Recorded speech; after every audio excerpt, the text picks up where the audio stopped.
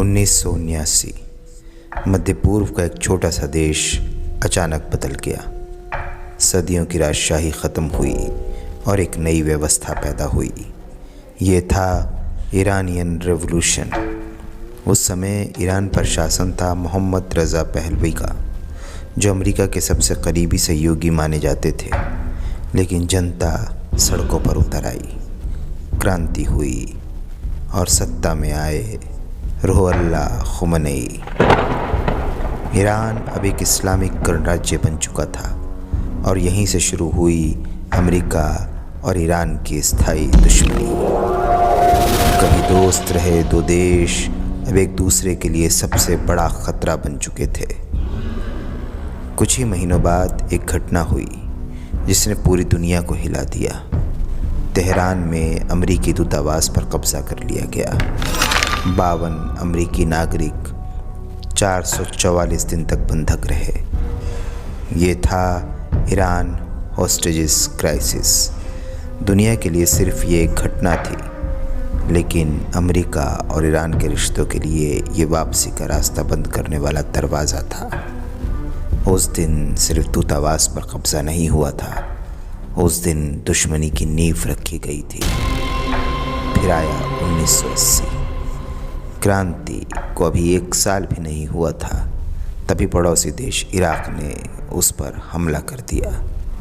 Iraq के राष्ट्रपति सद्दाम हुसैन ने सोचा कि क्रांति के बाद ईरान कमज़ोर है, लेकिन ये युद्ध 8 साल तक चला। ये था ईरान इराक वॉर। अमेरिका और कई पश्चिमी देश अप्रत्यक्ष रूप से इराक के साथ थे, लेकिन युद्ध ख़त्म होने तक ईरान ने एक चीज़ समझ ली थी: दुनिया में दोस्त कम होते हैं, लेकिन हित हमेशा अपने ही होते हैं। इस युद्ध ने ईरान को 3 सबक दिए। पहला, किसी बाहरी ताकत पर भरोसा मत करो। दूसरा, अपनी सैन्य ताकत खुद बनाओ। तीसरा, आत्मनिर्भर रक्षा प्रणाली बनाओ। यहीं से शुरू हुआ ईरान का मिसाइल और रक्षा कार्यक्रम। 1990 का दशक। अमेरिका ने ईरान पर कड़े आर्थिक प्रतिबंध लगा दिए। तेल बेचने पर रोक, बैंकिंग सिस्टम से बाहर, तकनीक तक पहुंच बंद। दुनिया के कई देशों के लिए ये आर्थिक मौत जैसा होता, लेकिन ईरान ने अलग रास्ता चुना। उसने कहा, अगर दुनिया दरवाज़ा बंद करेगी तो हम अपनी खिड़की खुद बनाएंगे। प्रतिबंध कभी कभी कमज़ोरी नहीं, नई ताकत की शुरुआत बन जाते हैं। 2000 के बाद ईरान का परमाणु कार्यक्रम दुनिया का सबसे बड़ा मुद्दा बन गया। ईरान का कहना था कि वो परमाणु तकनीक का इस्तेमाल बिजली बनाने के लिए करेगा, लेकिन अमेरिका और पश्चिम को डर था कि ईरान परमाणु हथियार बना सकता है। तनाव बढ़ता गया। 2015 में एक ऐतिहासिक समझौता हुआ। उसे कहा गया joint comprehensive plan of action. उस समय अमेरिका के राष्ट्रपति थे बराक ओबामा। समझौते के अनुसार ईरान अपने परमाणु कार्यक्रम को सीमित करेगा और बदले में प्रतिबंध हटाए जाएंगे। कुछ समय के लिए तनाव कम हो गया, लेकिन कहानी यहीं ख़त्म नहीं हुई। 2018 अमेरिका के नए राष्ट्रपति डोनाल्ड ट्रंप ने इस समझौते से अमेरिका को बाहर निकाल लिया। फिर से प्रतिबंध, फिर से आर्थिक दबाव, लेकिन इस बार ईरान तैयार था। जो देश 40 साल से दबाव झेल रहा हो, वो दबाव से डरना छोड़ देता है। 2020 के बाद ईरान ने अपनी नई रणनीति पर काम शुरू किया। चीन के साथ आर्थिक सहयोग, रूस के साथ सैन्य सहयोग। आज ईरान मध्य पूर्व की सबसे मजबूत मिसाइल शक्तियों में से एक माना जाता है।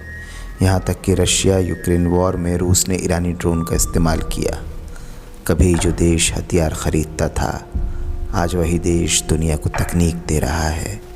आज 2026 में ईरान सिर्फ एक देश नहीं है, वो मध्य पूर्व की राजनीति में एक बड़ा खिलाड़ी है। इराक, सीरिया, लेबनान, यमन और इन सब जगहों पर ईरान का प्रभाव दिखाई देता है। अगर पूरी कहानी एक लाइन में समझें तो 45 साल के प्रतिबंध, युद्ध और दबाव के बावजूद ईरान ने आत्मनिर्भरता और रणनीति से खुद को क्षेत्रीय शक्ति बना दिया। कुछ देश ताकत दोस्ती से बनाते हैं, कुछ देश ताकत टकराव से बनाते हैं। ईरान ने दूसरा रास्ता चुना और दुनिया को मजबूर कर दिया कि उसे नज़रअंदाज करना अब नामुमकिन है। एक ख़ास बात और एक ख़ास जानकारी, ये सन आप याद रखिए। इस्लामिक इतिहास में इन सनों की एक ख़ास जगह है, एक ख़ास मकाम है। 1878, 1923, 1973, 2001 और 2026। तारीख़ कभी खामोश नहीं रहती। वक्त के सफ़ों पर कुछ साल ऐसे लिखे जाते हैं जो सदियों की सियासत और ताकत का नक्शा बदल देते हैं। मुस्लिम दुनिया की दास्तान में भी ऐसे ही कई मोड़ आए। तारीख़ का पहिया जब घूमता है तो ताज भी बदलते हैं और तख्त भी। 1878 तक़सीम का आगाज़। 1878 वो साल था जब यूरोप की साम्राज्यवादी ताकतों ने मुस्लिम इलाक़ों को अपने असर में लेना शुरू कर दिया। बर्लिन कांग्रेस के बाद उस्मानी सल्तनत के कई हिस्सों में यूरोपीय ताकतों का दखल बढ़ने लगा। बोस्निया, जो उस्मानी सल्तनत का हिस्सा थी, ऑस्ट्रिया हंगरी के कब्ज़े में चला गया। अफ्रीका और मिडिल ईस्ट के नक्शे बाहर की ताकतों ने अपने मफाद के मुताबिक बदलने शुरू कर दिए। जब कौमें कमज़ोर होती हैं तो उनकी सरहदें नक्शों पर नहीं, ताकतवरों की मेज़ पर तय होती हैं। फिर आया साल 1923, एक सल्तनत का ख़ात्मा। 1923 में 5 सदियों से कायम उस्मानिया सल्तनत का अंत हुआ और तुर्की गणराज्य का आगाज़ हुआ। इसके साथ ही मुस्लिम दुनिया की सियासी बनावट पूरी तरह से बदल गई। नई सरहदें बनी, नए मुल्क वजूद में आए और कई इलाके बड़े इम्तिहानों से गुज़रे। सोवियत दौर में क्रीमिया और मिडिल एशिया के कई मुस्लिम समुदायों को जबरन विस्थापन झेलना पड़ा। सल्तनतें गिरती हैं, मगर कौमों को रूह अगर ज़िंदा रहे तो इतिहास फिर करवट लेता है। फिर आया साल 1973, तेल की सियासत। 1973 का अरब इज़राइल जंग सिर्फ एक जंग नहीं थी, एक मोड़ था। दुनिया को पहली बार एहसास हुआ कि तेल सिर्फ दौलत नहीं, ताकत भी है। मिडिल ईस्ट के तेल पैदा करने वाले मुल्क दुनिया की माशियत में अहम बन गए। ऊर्जा की सियासत ने वैश्विक ताकत के संतुलन को बदलना शुरू कर दिया। दौलत अगर ज़मीन के नीचे हो तो किस्मत बदल सकती है, मगर अकल न हो तो दौलत भी बोझ बन जाती है। फिर आया साल 2001, नई सदी का इम्तिहान। 2001 में 9/11 की घटना ने दुनिया की सियासत को झकझोर दिया। अमेरिका, यूरोप और मिडिल ईस्ट के रिश्ते एक नए दौर में दाखिल हुए। इसी दौरान खाड़ी मुल्कों ने अपनी माशियत को नया रुख देना शुरू किया। दुबई, कतर और सऊदी अरब इंफ्रास्ट्रक्चर और निवेश के नए मरकज़ बनते गए। संकट वही वक्त होता है जब या तो कौमें टूटती हैं या फिर नई ताकत के साथ उठती हैं। 2026, एक नया दौर। आज फिर मिडिल ईस्ट दुनिया की सियासत का मरकज़ बनता दिख रहा है। बड़ी ताकतों की कशमकश एक नए वर्ल्ड ऑर्डर की आहट दे रही है। शायद आने वाले साल दुनिया का नया ताकत संतुलन तय करेंगे। तारीख़ एक बार फिर अपने अगले सफ़े की तरफ बढ़ रही है। तारीख़ की किताब कभी बंद नहीं हुई। अगला सफ़ा शायद हमारी आँखों के सामने लिखा जाएगा। सबसे पहले तो आप लोगों का बहुत बहुत शुक्रिया कि आपने ये पूरी वीडियो यहाँ तक देखी, आप यहाँ तक पहुँचे। इस वीडियो के अंदर मैंने आपको ये बताने की कोशिश की कि कैसे एक प्रतिबंध झेलने के बावजूद, इतने सारे रिस्ट्रिक्शन और इतने सारे उसके बावजूद किस हौसले और किस हिम्मत से और किस मंझे हुए देश की तरह, और ये साबित करते हुए कि एक बुलंद इतिहास वाला मुल्क है ईरान, उसने अपने आप को न सिर्फ मजबूत बनाया बल्कि अपने आप को इस लायक बनाया कि आज वो दुनिया की सुपर पावर अमेरिका से दो दो हाथ कर रहा है और अच्छी लड़ाई लड़ रहा है।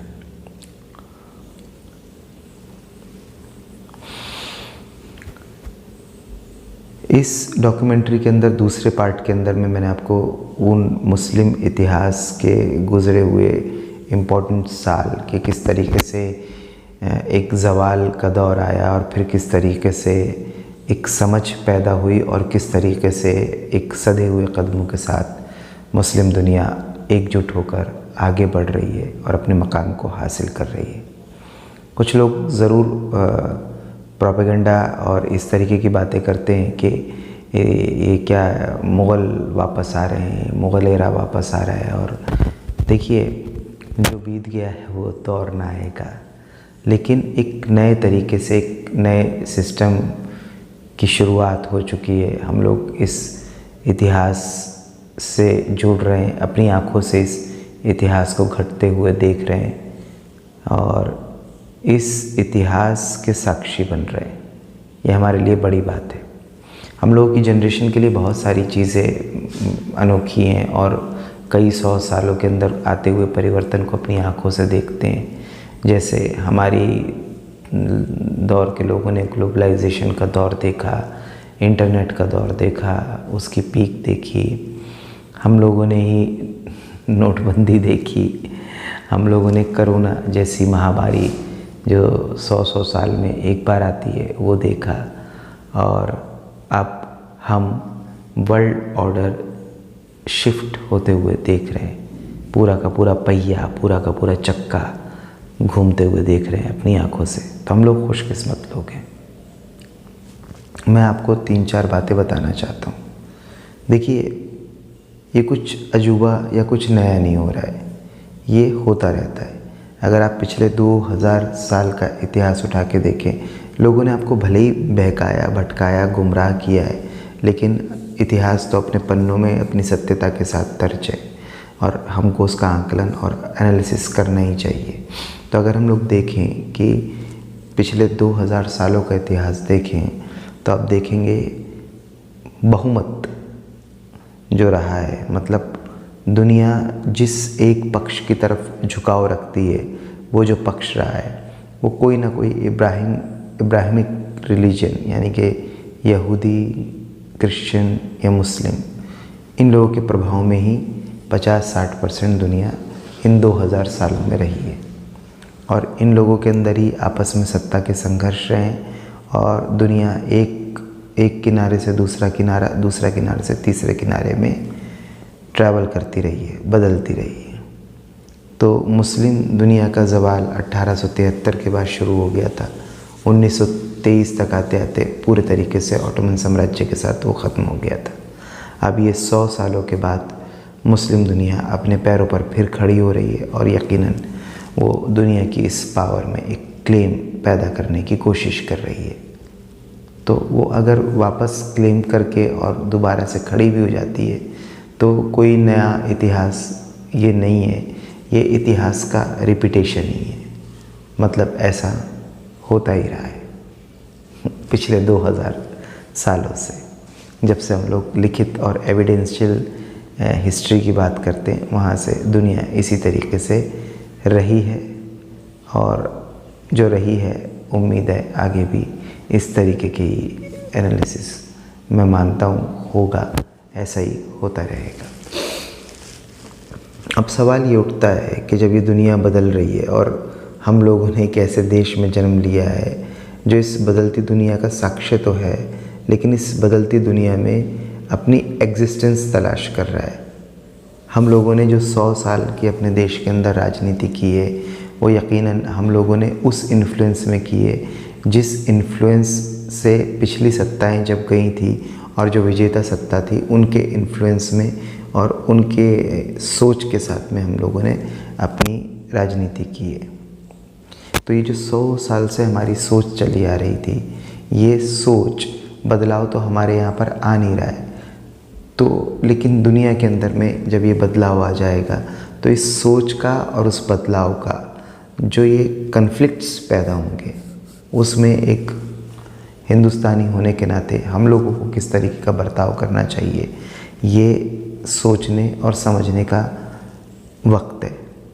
देखिए, कुछ वक्त गुजरेगा तो वक्त हमको सच में सिखा देगा या समझा देगा कि हमको कैसा बर्ताव करना चाहिए। लेकिन अगर हम लोग पहले से ही समझ के, सोच के अपने बर्ताव के अंदर में और अपने सिस्टम के अंदर में चेंज लेकर आएंगे तो हम कदम से कदम मिलाकर, कदम ताल करके आगे बढ़ सकते हैं।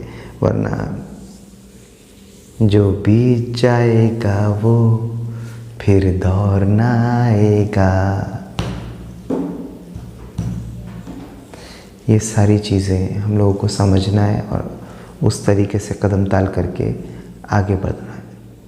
दुनिया एक नए चेंज की तरफ आगे बढ़ चली है, कदम बढ़ाती है और जल्दी अगले 2, 4, 5 साल के अंदर में आपको ये बदली हुई दुनिया अपने रूप में आ जाएगी। नज़र, मैं आपको ये तीनों के, देखिए 50-60% दुनिया पर इन तीनों का कब्ज़ा रहा है, तीनों अब्राहमिक ही हैं। लेकिन मेरा एक एनालिसिस है कि ये जब शासन या सत्ता चलाते हैं तो किस तरीके का प्रभाव इनकी शासनीय सत्ताओं पर चलता है। तो यहूदी लोग जब सत्ता के बड़े हिस्से पर कब्ज़ा कर लेते हैं और जब उनके शासन चलते हैं तो आम तौर पे वो शासन जो है ट्रू क्रोनी कैपिटलिस्ट होते हैं। वो खूब सारा ब्याज और धन के संचय करके लिमिटेड क्या 1, 2, 4, 5 हाथों को पहुंचा के और उसके बाद इस तरीके से उनका सत्ता चलाने का निज़ाम पैदा होता है। और ये जो पश्चिमी देश हैं इनका भी मूल मुद्दा तो पैसा ही होता है। ये इतना धर्म वगैरह को नहीं ये मानते, लेकिन फिर भी रिलीजन तो है ही, क्रिश्चियनिटी इनका रिलीजन है।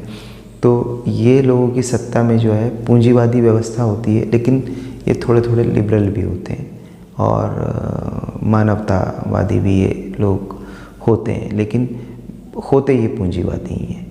सत्ता धन को ये संचय करके लिमिटेड 2-4 लोगों में नहीं, लेकिन कुछ एक ग्रुप के पास ये धन को इकट्ठा करके फिर वहाँ से नीचे वेलफेयर के अपने नारे लगाते हैं, काम की ड्यूटी सही हो, छुट्टी का वक्त मिले, इलाज हो। इस तरीके से ये लोग सत्ता चलाते हैं कि बेसिक नेसेसिटी सारी जनता को मिल जाए, लेकिन पूंजी का संचय ये भी लिमिटेड करते हैं।